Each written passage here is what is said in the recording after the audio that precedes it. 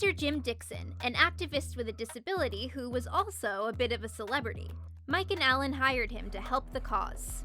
In response to the outrage, the committee said, "You have to be blind to go through the memorial and not know Roosevelt was disabled." This only intensified disability activists' outrage, some of whom, like Jim, were blind. It became their mission to uphold Roosevelt's legacy, accurately depicting him as he lived, with a disability.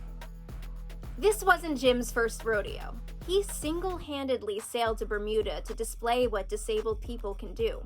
He and fellow activists once carried a coffin into the DC Metro headquarters to protest the lack of safety for blind people in the DC public transportation system. He helped escalate the fight. Around this time, Christopher Reeve, an actor who played Superman, had a horseback riding accident and became a wheelchair user. Because he was a huge star, it wasn't surprising he met with the Clintons. He let them know he thought it was important that FDR should be shown with a disability in the memorial. Thank you very much for taking the time to see us. Really appreciate it. In May 1996, President Clinton gave a speech and said, "Just last week, I had a very moving visit with Christopher Reeve in the Oval Office, and I mentioned to Christopher that in 1933, the Oval Office was the first government office designed specifically to be accessible, to accommodate President Roosevelt. He said to me that it was too bad that at the time, he had to hide his disability. I hope with Christopher Reeve that as the Roosevelt Memorial becomes a reality, with your efforts to remove the stigma of disability, they'll find a way to make sure that the American people know that this great, great president was great with his disability." 16 of Franklin and Eleanor Roosevelt's grandchildren also issued a letter saying they believed their grandfather would want to be shown with a disability in his memorial. Meanwhile, Jim, Alan, and Mike mobilized 50 disability organizations, independent advocates, journalists, politicians, and former presidents. Social activism confronted power structures. From street protests to bake sale fundraising, momentum was building. In reference to FDR's disability, Eleanor once said, "It gave him strength and courage he had not had before. He had to think out the fundamentals of living and learn the greatest of all lessons: infinite patience and never-ending persistence." This same relentless patience and persistence fueled people living with disabilities' fight for representation and justice.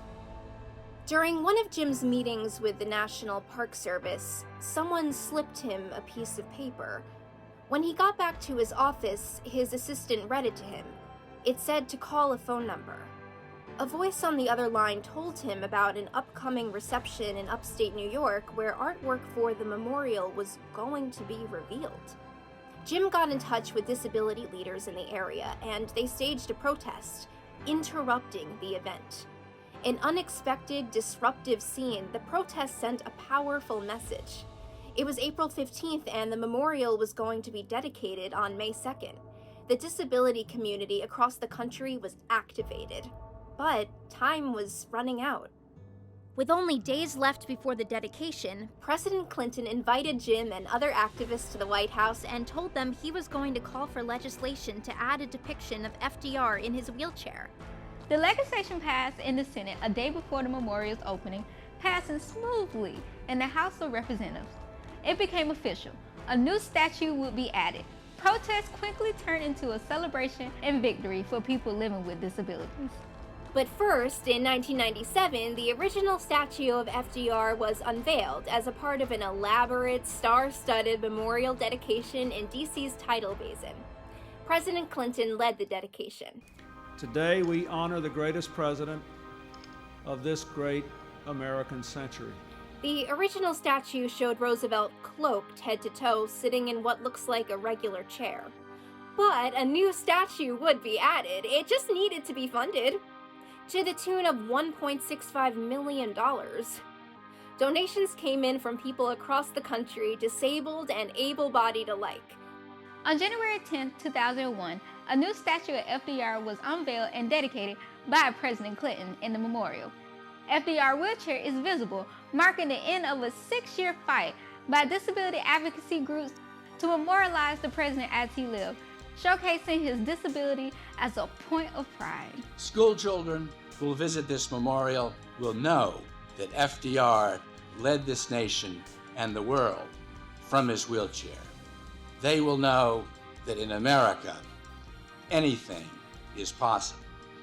Designed by sculptor Robert Graham, the life-size statue sits on the ground, not on a pedestal, removed from the walls so people can gather and move around it with full accessibility. Instead of a giant figure looming from above, the 3 million people who visit annually can now get a sense of Roosevelt's perspective, seeing the world from where he sat. The fight for representation, healthcare, and accessibility for people living with disability is far from over. But tireless advocates continue to make progress, including the FDR Memorial correction. While plenty of monuments can't stand the test of time, this memorial adapted. 2 statues in one space capture the duality of how FDR lived. Finally, it's a place where anyone with a disability can see themselves, an empowering reminder of what's possible and hopefully what's to come.